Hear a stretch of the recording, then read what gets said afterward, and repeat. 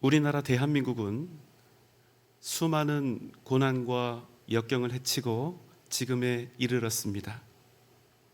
건국 이래로 우리가 살고 있는 한반도는 단 한순간도 평안할 날이 없었지요. 끊임없이 외적들의 침략을 받았습니다. 1945년 일본 제국주의가 패망하고 우리나라가 광복을 맞이했지만 곧 이어서 북쪽에는 소련군이, 남쪽에는 미군이 진주했습니다. 결국 이 땅에는 1948년 8월과 9월을 서로 다른 두 개의 체제가 들어섰습니다. 남쪽에는 자유민주주의 대한민국이, 북쪽에는 조선민주주의 인민공화국이 들어서게 된 것입니다. 그리고 불과 2년 후인 1950년 6월 25일 이른 새벽, 북한은 선제 타격 작전에 따라 남침을 개시했습니다. 소련제 탱크인 T-34를 앞세운 북한군은 화력면에서 완전 열세였던 우리의 국군을 추풍낙엽 떨어뜨리듯 밀치며 남하하였습니다. 대통령과 국회의원들, 내각의 강요들은 국민들에게 이러한 실상을 제대로 알리지 않은 채 모두 다 서울을 탈출하였고, 심지어는 인민군의 남하를 지연시키기 위해서 한강에 있었던 유일한 다리였던 한강 철교를 폭파했습니다.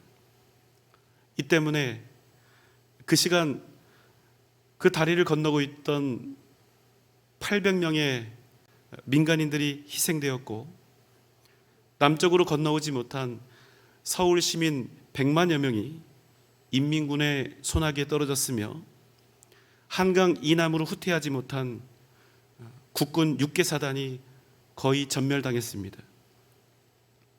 국민을 위해서 헌신을 맹세했던 나라의 지도자들이 가장 위태롭고 중요했던 순간 국민들의 생명을 희생시켜서 자신들의 살 길을 도모했던 것입니다. 그때까지도 이승만 대통령의 담화가 라디오 방송으로 3번이나 이렇게 반복되고 있었습니다. 서울 시민 여러분, 안심하고 서울을 지키시오. 적은 패주하고 있습니다. 정부는 여러분과 함께 서울에 머물 것입니다. 그러나 그는 방송이 나가기 전 이른 새벽에 이미 서울을 탈출했습니다. 공식적인 피난민 1호가 된 것입니다.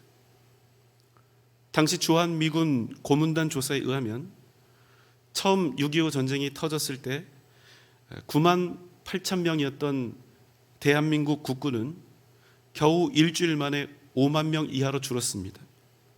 고작 일주일 만에 그 귀한 생명들, 우리 국군이 거의 절반가량, 5만 명가량이 전사했다는 얘기입니다. 결국 2달이 되지 않아서 국토의 대부분을 다 빼앗기고 8월 초 국군은 낙동강에서 최후의 결전을 치러야 했습니다. 이 땅의 민주주의와 대한민국이 완전히 소멸되어질 위기의 순간에 이르렀던 것입니다. 목숨 부지하기조차도 어려웠던 그때 전국의 피난민들은 부산에 몰려들었습니다. 그러나 개미떼처럼 많은 피난민들은 그 어디에서도 묵을 곳을 마련할 수가 없었습니다. 먹을 것, 입을 것, 마실 것 무엇 하나도 구하기가 쉽지 않았습니다. 하지만 여러분, 놀라운 사실은 생지옥과 같았던 그 피난 뒤에서도 성도들은 자신들의 믿음을 생명 다해 지켰다는 사실입니다. 그때 부산의 초량교회에서는 교회를 피난민들에게 열었습니다. 예배당 안팎, 어린이집까지, 그래서 피난민들로 가득 찼습니다. 당시 초량교회 성도들은 결혼 예물까지 팔아서 그들을 섬겼다고 전해지고 있습니다. 하지만 여러분, 믿음의 사람들이 그냥 교회에 모인 것으로 끝나지 않았습니다. 250여 명의 목회자와 성도들, 그리고 그곳을 가득 메웠던 수많은 피난민들이 다 함께 하나님 앞에 엎드려 이 나라, 이 민족을 살려달라고 가슴을 찢으며 부르짖은 것입니다. 이것이 바로 1950년 초량계 교회에서 있었던 구국 기도회였습니다. 그곳에 모여있던 하나님의 사람들은 밤낮 없이 눈물로 기도하며 하나님 앞에 엎드렸습니다. 그러나 여러분, 중요한 것은 그저 살려달라는 눈물, 이 전쟁이 끝나게 해달라는 애원, 그저 먹고 살 길을 달라는 그런 간청이 아니었습니다. 그들은 위급한 전란의 상황 속에서 오히려 자신들의 죄악을 실토하며 눈물로 하나님 앞에 회개하며 엎드렸던 것입니다. 크고 놀라운 회개와 자성의 운동이 피난민들이 드렸던 그 예배와 기도 가운데 나타났던 것입니다. 온 교회가 낮부터 저녁까지 밤이 새도록 울음바다가 되도록 그들은 하나님께 날마다 매달렸던 것이죠. 그곳에서 박형룡 목사님은 일제강점기 신사참배하며 우상 앞에 머리를 조아린 것은 하나님께 용서받기 어려운 우리의 큰 죄악이라며, 해방 후에도 신앙의 자유가 회복되었지만 신사참배에 대해서 가슴을 찢으며 회개하고 반성하는 대신에 오히려 기독교인들끼리 싸우고 교회의 분열만 가중시켰다는 그 사실, 그것을 지적하면서 한국 교회가 함께 회개할 것을 촉구했습니다. 당시 목회자들은 이 구국 기도회를 통해 일제 강점기 때 일제 핍박에 못 이겨 신사참배했던 것을 온 성도들 앞에서 회개하며 통곡했습니다. 6.25 전란이 일어난 것은 다른 이유 때문이 아니라 목사들이 앞장서서 신사참배에 가담한 일 때문이요, 온 교회가 믿음을 잃고 우상 숭배한 까닭이라 고백하며 자복했던 것입니다. 끊임없는 회개의 고백이 이어지면서 일주일로 예정되었던 이 구국 기도회는 보름을 꽉 채우고서야 끝이 났습니다. 그런데 여러분, 그날 놀라운 소식이 들려왔습니다. 부산 전역에 인천 상륙작전 성공을 알리는 후회가 배포된 것입니다. 그런데 여러분, 그거 아십니까? 인천 상륙작전은 너무나 무모한 작전이었기 때문에 그 작전을 지휘했던 맥아더 장군조차도 이 작전의 성공 가능성은 5,000분의 1에 불과하다, 이렇게 스스로 인정했다고 합니다. 그러나 여러분, 이 나라가 바람 앞에 놓인 등불처럼 꺼져가고 있을 때 믿음의 사람들이 천막과 상등성이에서, 산과 바다에서, 광야와 계곡에서 생명을 다해 가슴을 찢으며 부르짖은 그 외침을 하나님께서 들으시고 응답하셨다는 사실입니다. 하나님의 사람들이 모여 주님의 이름을 부르며 회개할 때 하나님께서 우리 대한민국을 긍휼히 여기시고 다시 한번 우리 민족을 살리실 놀라운 계획을 실행하셨던 것입니다. 5,000분의 1, 그 불가능을 위대한 승리로 바꾸어 주신 것입니다. 여러분, 우리 인생에도 전쟁이 찾아옵니다. 그러나 이 전쟁은 총과 칼이 등장하는 그런 전쟁이 아닙니다. 우리의 인생은 고난과 아픔의 연속이요, 수많은 위험과 도전의 계속입니다. 힘듦과 어려운 날들이 끝없이 이어지고 고통과 슬픔이 우리 숨이 다하는 그날까지 우리 인생에서 떠나지 않습니다. 한순간이라도 우리가 정신을 차리지 않으면 언제라도 나락으로 떨어지고 부패하고 위기에 빠지고 사람들과의 관계 속에서 실패하게 됩니다. 이 세상에서 살아남기 위한 치열한 생존 경쟁, 내 마음속 이 안에서 일어나는 선과 악, 선택과 갈등의 싸움에 이르기까지 우리 인생은 고달픈 전쟁의 연속입니다. 오늘 우리가 함께 나눌 말씀은 우리가 만나는 인생의 전쟁에서, 그 앞에서 흔들리거나 방황하거나 도망치지 않고 담대히 맞서 승리할 수 있는 그 방법에 관한 것입니다. 오늘 말씀 시편 46편 1절로 3절의 말씀입니다. 하나님은 우리의 피난처시요 힘이시니 환난 중에 만날 큰 도움이시라. 그러므로 땅이 변하든지 산이 흔들려 바다 가운데에 빠지든지 바닷물이 솟아나고 뛰놀든지 그것이 넘침으로 산이 흔들릴지라도 우리는 두려워하지 아니하리로다. 셀라. 오늘 말씀은 유다 왕 히스기야가 다스리던 그때를 시대적인 배경으로 하고 있습니다. 히스기야 통치 때 아수르 왕 산헤립의 침략으로 예루살렘이 포위되었고 이제 곧 함락될 위기의 상황에서 이 노래가 하나님을 향해서 불려졌습니다. 여러분, 히스기야는 어떤 왕입니까? 그의 이름은 여호와는 강하시다, 이런 뜻을 가지고 있습니다. 그는 남유다 왕국의 13번째 왕으로 믿음을 다해서 유다 왕국을 잘 다스렸던 선한 왕이었습니다. 그는 왕이 되자마자 자신의 부친 악한 왕이었죠. 아하스 왕이 더럽혔던 성전을 정결케 하고 보수해서 여호와 하나님을 향한 예배를 회복시켰습니다. 이사야 선지자와 더불어 백성들의 마음을 다시 하나님께 돌리는 영적 각성을 대대적으로 펼쳤습니다. 그는 구약 시대에서 손에 꼽을 수 있는 가장 신실한 지도자 중에 한 사람이었습니다. 그럼 여러분, 그가 다스리는 유다 왕국에 어떤 일이 일어나야 할까요? 가나안 땅처럼 젖과 꿀이 흐르고 평화와 부국 강병이 이루어지는 그런 복이 넘치도록 나타나야 당연하겠지요.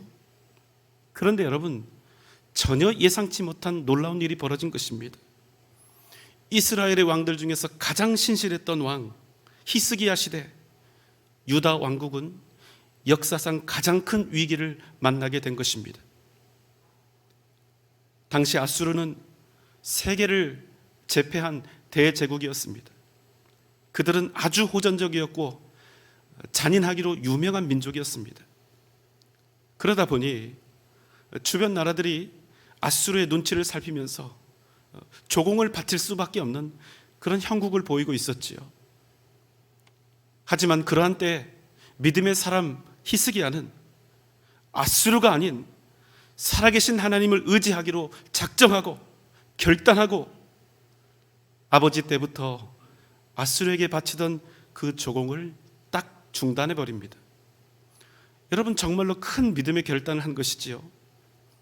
그럼 여러분, 어떤 일이 유다에 벌어져야 할까요? 하나님은 히스기야 왕의 그 믿음의 결단을 보시고 유다를 지키시고 아수르의 그 악한 흉계를 모조리 무너뜨리셔야 마땅하겠지요. 하지만 여러분, 놀랍게도 히스기야의 그 믿음의 결단이 남유다 왕국을 유례없는 큰 위기에 빠뜨리게 된다는 사실입니다. 열왕기하 18장 13절의 말씀입니다. 히스기야 왕 제14년에 아수르의 왕 사네립이 올라와서 유다 모든 견고한 성읍들을 쳐서 점령하매. 아수르의 역사를 기록한 아시리아 연대기에는 방금 전에 읽었던 이 말씀이 다음과 같이 기록이 되어 있습니다. 유대인 히스기야는 내 지배를 받으려 하지 않는다. 그래서 나는 그의 성읍 45개를 점령하고 그 외의 성읍들과 인근 소읍들을 수없이 빼앗았다. 그리고 그가 있는 예루살렘 성 앞에 흙 경사로와 파성퇴, 지하 갱도, 공병 작업까지 동원하여 그를 정복했다. 나는 남녀노소 20만 150명과 수많은 짐승들을 전리품으로 취했다. 나는 히스기야 왕을 새장에 갇힌 새처럼 예루살렘 왕실 거처에 죄수처럼 가두었다. 여러분, 히스기야가 그 쓸데없는 믿음의 결단을 하지 않았으면, 그저 자기 아비가 하던 대로 그대로 했으면 아무런 문제도 일어나지 않았을 것입니다. 아수르에게 읍소하며 조공을 바치고 아수르의 우상들을 여호와의 성전에서 예전처럼 그냥 섬기면 되었습니다. 어떻게 해요? 열왕기하 17장 32절 33절입니다.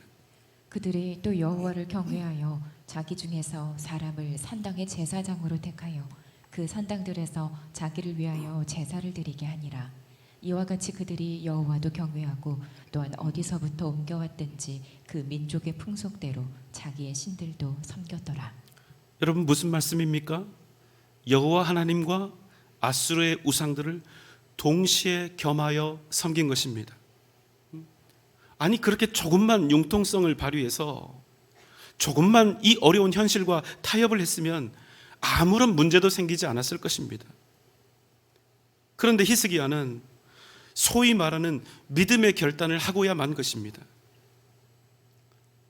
여러분, 우리는 우리가 하는 믿음의 결단이 내 상황과 환경을 변화시키리라 기대합니다. 내가 하나님 앞에서 믿음으로 서리라 이렇게 다짐하고 믿음에 합당하게 세상 앞에 서면 세상이 바뀌고 환경이 달라지고 그래서 내가 원하는 결과를 얻을 수 있으리라 이렇게 소망하고 기대합니다. 물론 그럴 때도 있지요. 우리가 믿음으로 결단하면 하나님께서 우리 모든 상황과 환경들을 능히 달라지게 하실 수 있습니다. 그러나 여러분, 그런 생각이 항상 정답은 아니라는 것입니다. 여러분, 만약에 우리가 믿음으로 결단하기만 하면 내가 만난 상황과 환경들이 무조건 매끄럽고 내가 원하는 좋은 쪽으로 바뀐다? 만약 이것이 우리가 믿는 신앙의 공식이라면 여러분, 어떤 일이 생기겠습니까? 과연 그 결단이 정말 진정한 믿음의 결단이 될 수 있을까요? 여러분, 잘 들어보십시오. 믿음의 결단은 무엇입니까? 그저 우리가 신앙적이라 생각하는 어떤 마음, 어떤 행동을 결단하기만 하면 내가 처한 상황들을 하나님께서 반드시 좋은 쪽으로 바꾸어 주실 것이다, 이것을 확신하며 결단하는 것이 아니라는 겁니다. 그럼 그것은 믿음의 결단이 아니라 그저 자기가 원하는 것을 신앙이라는 이름으로 얻기 위한 거래의 결단이 되고 마는 것입니다. 여러분, 믿음의 결단은 그런 것이 아닙니다. 그럼 무엇입니까? 믿음의 결단은 단지 믿음으로 결단하면 지금 이 상황이 좋은 쪽으로 바뀔 것이다, 주님, 제가 이렇게 큰 용기로 믿음의 결단을 하면서 나아가니 주님, 내가 처한 상황을 좋게 바꿔주십시오, 이것이 아니라 내가 하나님의 뜻에 따라 세상에 나아갈 때 세상에서 내게 찾아오는 어떤 손해와 희생, 억울함과 답답함, 고달픔과 상처, 어떤 위험과 고통이 내게 닥쳐온다 할지라도 주님, 제가 그 모든 고난을 믿음으로 기꺼이 감당하겠습니다. 여러분, 믿음의 결단은 바로 이 결단인 것입니다. 여러분, 아멘입니까? 그러므로 여러분, 믿음의 결단은 무엇입니까? 상황과 결과에 무관하게 하는 것입니다. 오직 하나님이 기뻐하시는 뜻, 그거 하나 보고 하는 것입니다. 상황이 좋아도 하는 것입니다. 반대로 고난이 와도 하는 것입니다. 왜 그렇습니까? 우리 믿는 사람들, 하나님의 사람들, 그 삶의 기준은 그저 내 인생 잘 풀리는 것 아니요, 부자 되고 높아지는 것도 아니요, 오직 하나님의 뜻에 따라서 사는 것이기 때문입니다.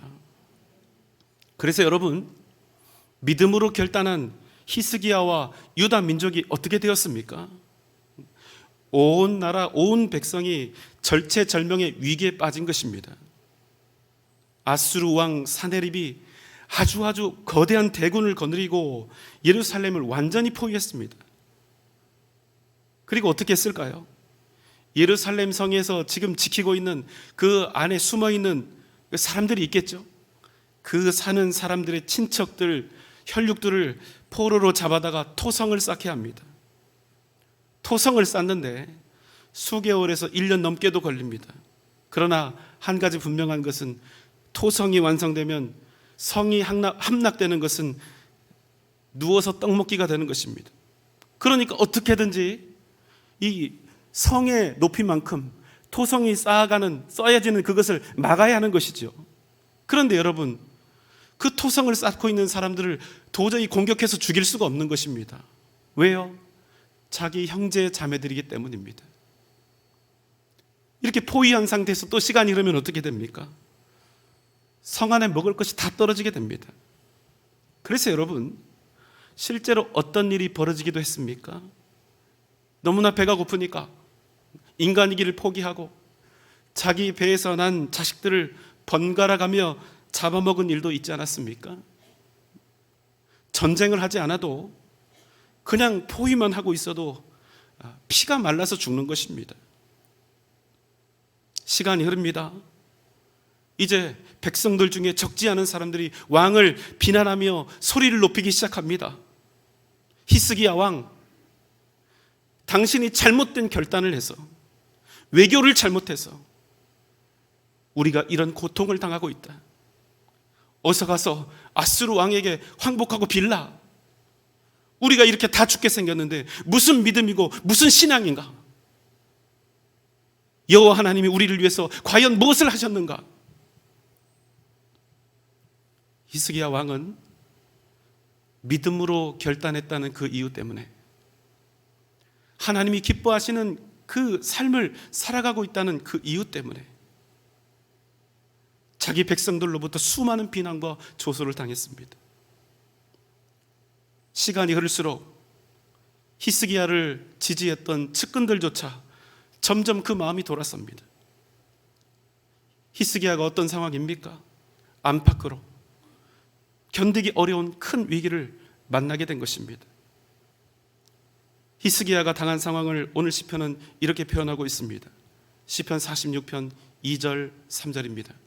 땅이 변하든지 산이 흔들려 바다 가운데에 빠지든지 바닷물이 솟아나고 뛰놀든지 그것이 넘침으로 산이 흔들릴지라도.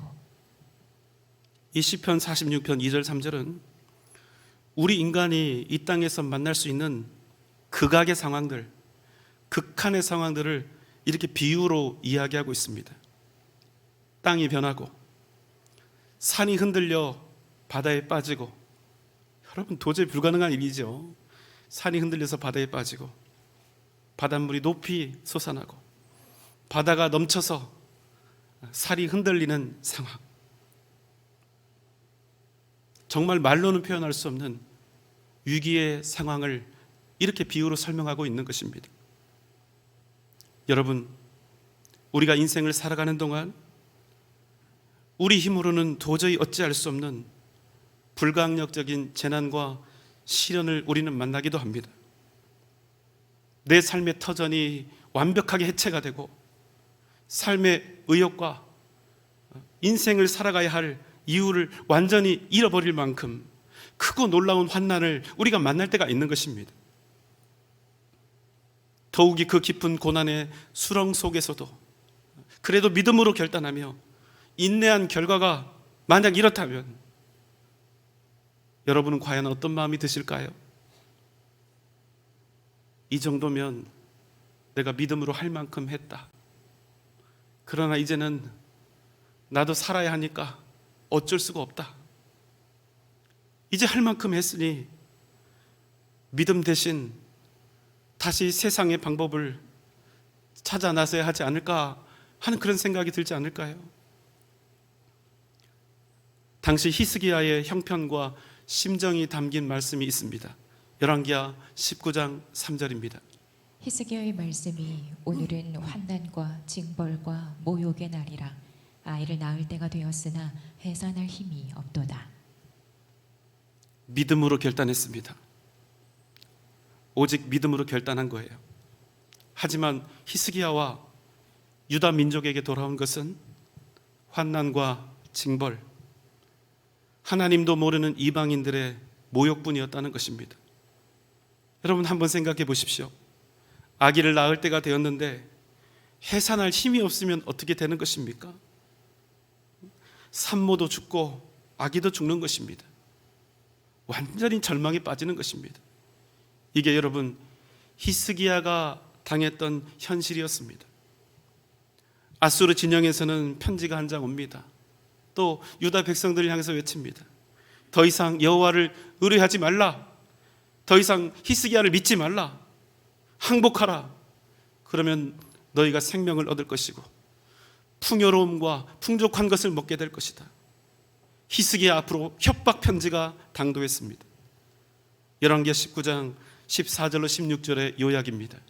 히스기야가 그 편지를 여호와 앞에 펴놓고 그 앞에서 기도하되 이스라엘의 하나님 여호와여 귀를 기울여 들으소서. 여호와여 눈을 떠서 보시옵소서. 사내립이 살아계신 하나님을 비방하러 보낸 말을 들으시옵소서. 히스기야는 죽더라도 내가 믿음으로 살다 죽으리라 하였습니다. 그리고 아수르에서 온 이 협박 편지를 여호와 하나님 앞에 펼쳐놓고 가슴을 찢으며 소리 높여 기도한 것입니다. 주님, 귀를 기울여 들으소서. 주님, 눈을 떠 보시옵소서. 그날 밤 하나님께서 히스기야의 외침에 응답하셨습니다. 열왕기하 19장 35절의 말씀입니다. 이 밤에 여호와의 사자가 나와서 아수르 진영에서 군사 18만 5천 명을 친지라. 아침에 일찍이 일어나 보니 다 송장이 되었더라. 그 밤에 여호와의 사자가 아수르 진영에 들어가서 아수르 군사 18만 5천 명을 순식간에 죽인 것입니다. 결국 이 일로 아수르군은 퇴각하고 아수르의 왕 사네립은 훗날 모반으로 인하여 죽임을 당하게 됩니다. 오늘 말씀을 다시 보겠습니다. 시편 46편 1절로 3절입니다. 하나님은 우리의 피난처시요 힘이시니 환난 중에 만날 큰 도움이시라. 그러므로 땅이 변하든지 산이 흔들려 바다 가운데 빠지든지 바닷물이 솟아나고 뛰놀든지 그것이 넘침으로 산이 흔들릴지라도 우리는 두려워하지 아니하리로다. 셀라. 여러분, 이 세상은 온갖 두려움과 고난으로 가득 차 있습니다. 그러나 우리는 두려워하지 않습니다. 우리가 믿음으로 결단하고 주님을 바라면 하나님께서는 반드시 우리의 피난처가 되시고 환난 날에 만날 큰 도움이 되실 것이기 때문입니다. 사랑하는 여러분, 위기가 닥쳐왔을 때 두려워하지 마십시오. 고난이 극에 달했을 때 무서워하지도 마십시오. 내가 할 수 있는 일이 아무것도 남지 않은 그때 절망하지 마시고 오히려 소망을 가지십시오. 왜냐하면 바로 그때가 하나님께서 우리를 위해 일어나시는 역사적인 타이밍이 될 것이기 때문입니다. 오직 믿음으로 결단하고 주님을 구하십시오. 주님께서 반드시 우리를 도우실 것입니다. 우리를 살리실 것입니다. 하나님께서 말씀하셨습니다. 시편 46편 10절입니다. 너희는 가만히 있어 내가 하나님 됨을 알지어다. 내가 문 나라 중에서 높임을 받으리라. 내가 세계 중에서 높임을 받으리라. 여러분 기억하십시오. 하나님의 존재하심과 그 능력은 우리 인간이 증명하거나 주장하는 것이 아닙니다. 하나님 당신께서 스스로 증명하시는 것입니다. 여러분 아멘입니까? 우리는 주님께서 큰 도우심으로 우리를 위해 일어나실 그때를 믿음으로 기다리는 것입니다. 용기를 내십시오. 우리 하나님은 전능하신 주님이십니다. 너희는 가만히 있어 내가 하나님 됨을 알지어다. 오직 이 말씀을 기억하며 믿음으로 승리하는 복된 여러분 되시기를 주님의 이름으로 축원합니다.